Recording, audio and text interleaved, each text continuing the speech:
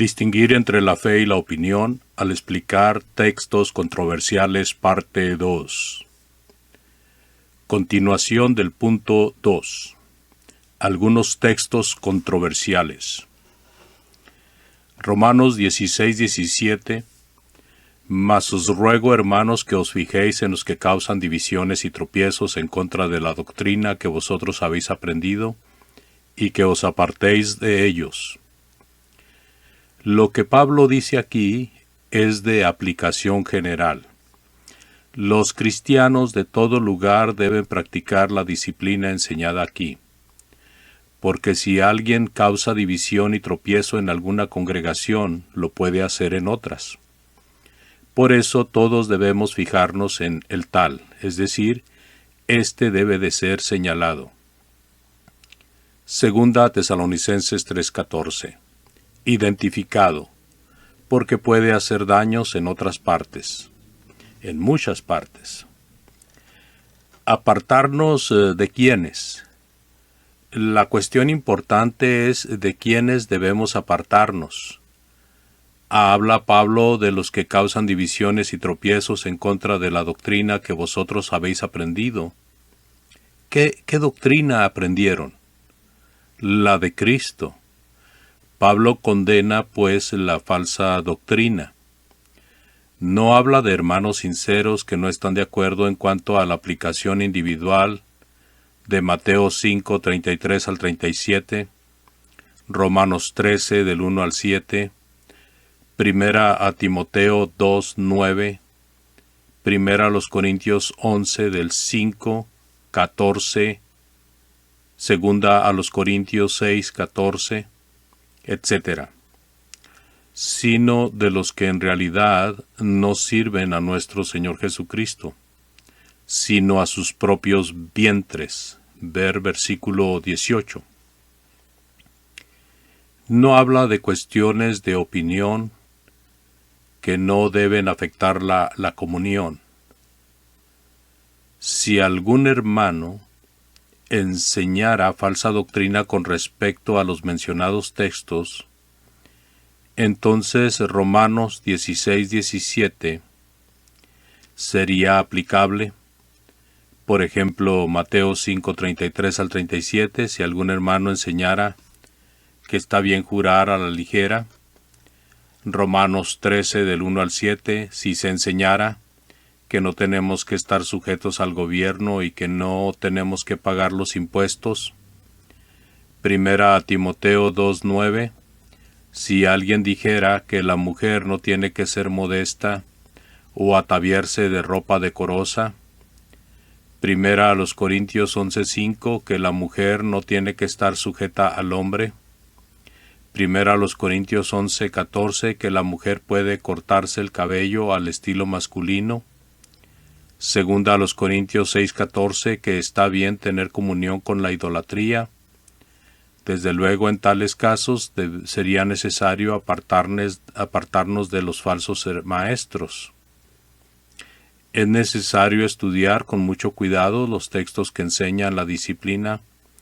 Romanos 16 y 17, Primera a los Corintios 5, Segunda Tesalonicenses 3, Tito 3:10, Mateo 18:15 al 18. Este último trata acerca de ofensas personales. Primera a los Corintios 5, presenta el caso de un fornicario. Segunda Tesalonicenses 3 habla del caso de los ociosos. Tito 3:10 es semejante a Romanos 16:17. Al apartarnos de algún hermano o de varios hermanos, debemos apegarnos estrictamente a esta enseñanza bíblica. No decimos que la fornicación o la ociosidad son los únicos o los más grandes pecados que nos obligan a apartarnos de los ofensores, sino que estos textos ilustran la gravedad del acto de apartarnos de algún hermano en Cristo. Debe ser por causa de pecado, por una violación de la doctrina de Cristo. Debe ser por la violación evidente de la voluntad de Dios revelada por una declaración explícita. 2. Por una declaración implícita. 3. por un mandamiento que sin lugar a dudas es para nosotros, o 4, por un ejemplo que sin lugar a dudas es un ejemplo que debemos imitar. Cristo nos da la enseñanza, la doctrina, que tiene que servir como la norma que seguir y como la frontera de la comunión entre hermanos. La doctrina de Cristo es aquel cerco o frontera, y cualquiera que se extravía y no persevera en la doctrina de Cristo no tiene a Dios. Segunda de Juan 9. Si nos apartamos de algún hermano, debe de ser por esta causa. Pero no debe de servir como norma o frontera de comunión toda explicación de textos difíciles por todo hermano conservador y estricto. No debe servir como norma o frontera de comunión toda aplicación de los textos que son de aplicación individual hecha por todo hermano conservador y exigente. ¿No dice Pablo que os fijéis en los que no están de acuerdo con ustedes en las cuestiones de opinión, y que os apartéis de ellos?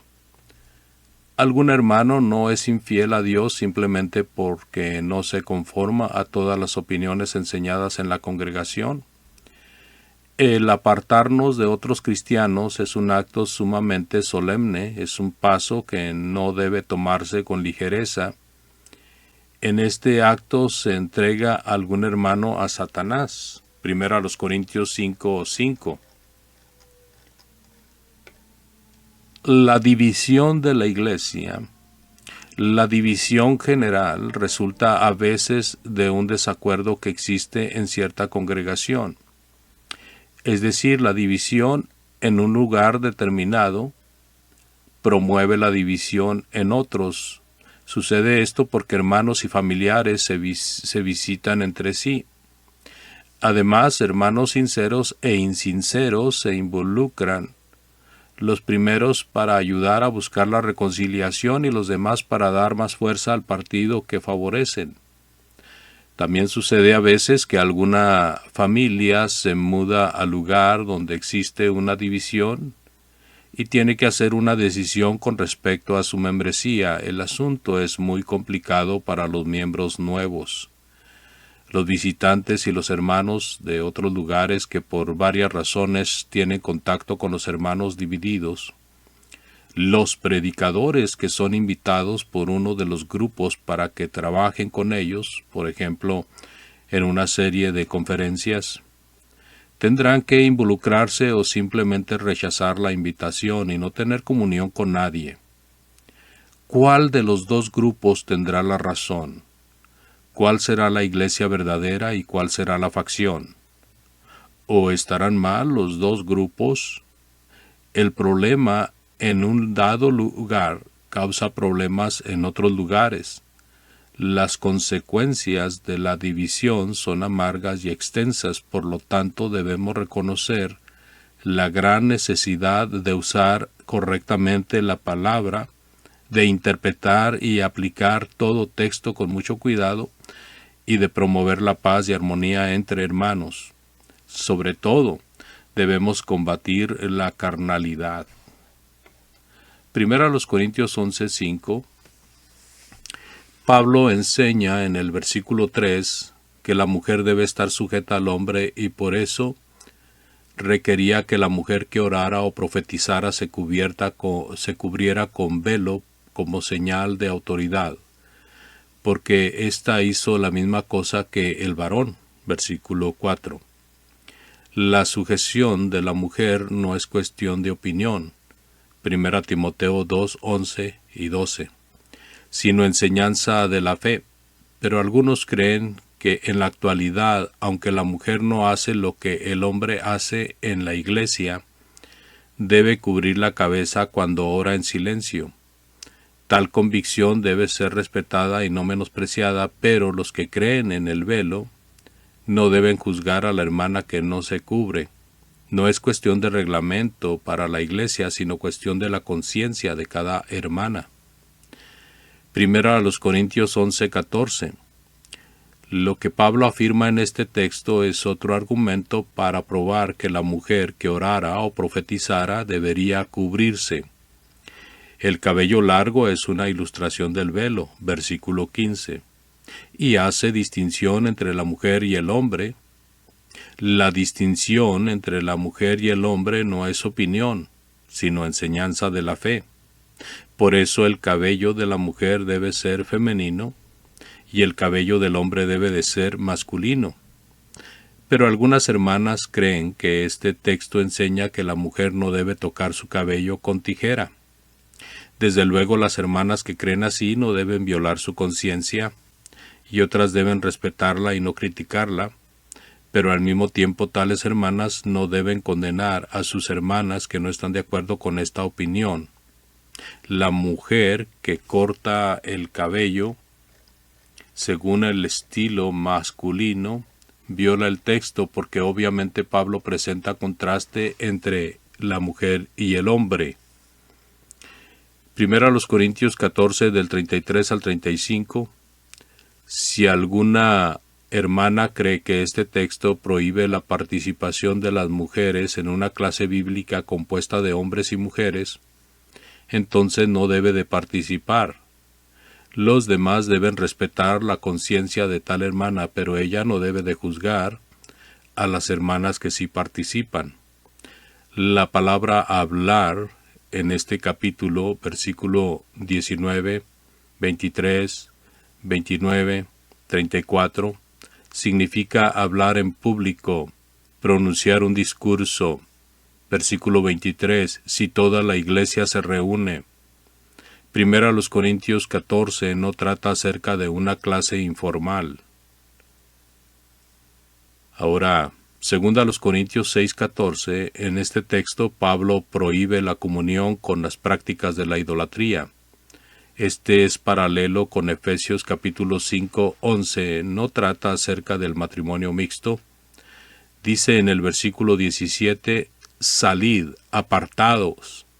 Pero dice en 1 Corintios 7, 12 y 13, si algún hermano tiene una mujer que no sea creyente, y ella consiente en vivir con él, no la abandone, y si una mujer tiene marido que no sea creyente, y él consiente en vivir con él, no la abandone.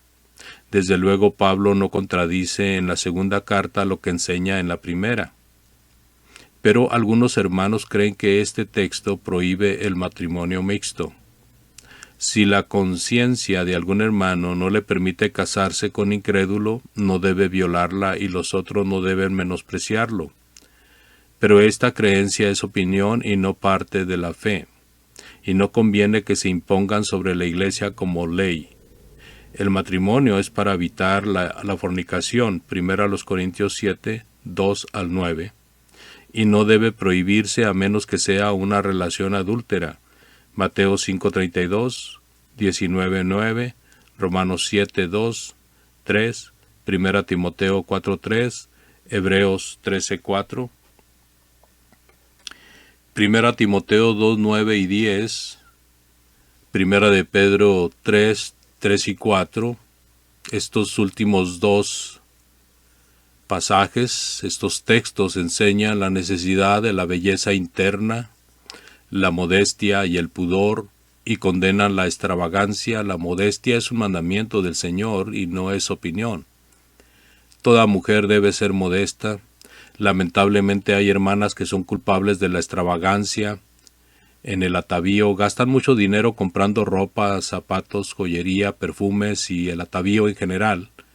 Desde luego muchos hermanos son tan culpables como las hermanas porque les gustan botas carísimas, anillos, etc. Hay hermanas que llevan ropa indecente, mucha ropa moderna, sea vestido, falda y blusa o pantalón, cae bajo la condenación de estos textos.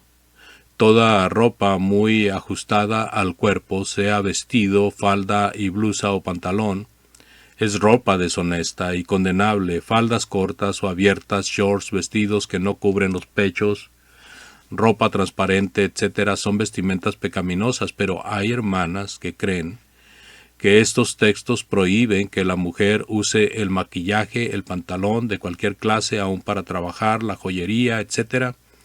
Tales hermanas no deben de violar su conciencia y no deben de ser menospreciadas, pero éstas no deben juzgar a sus hermanas que no están de acuerdo con ellas en su aplicación de estos textos. Hebreos 10:25. Algunos hermanos creen que si los ancianos o la junta de varones acuerdan tener cierto número de reuniones y clases bíblicas, pocas o muchas, el miembro que no asiste a toda reunión y clase, aun por causa del empleo o negocio, peca. Tales hermanos no deben de violar su conciencia, pero no deben juzgar a sus hermanos que no están de acuerdo con ellos. Continuaremos con este tema, distinguir entre la fe y la opinión al explicar textos controversiales, con el punto 3.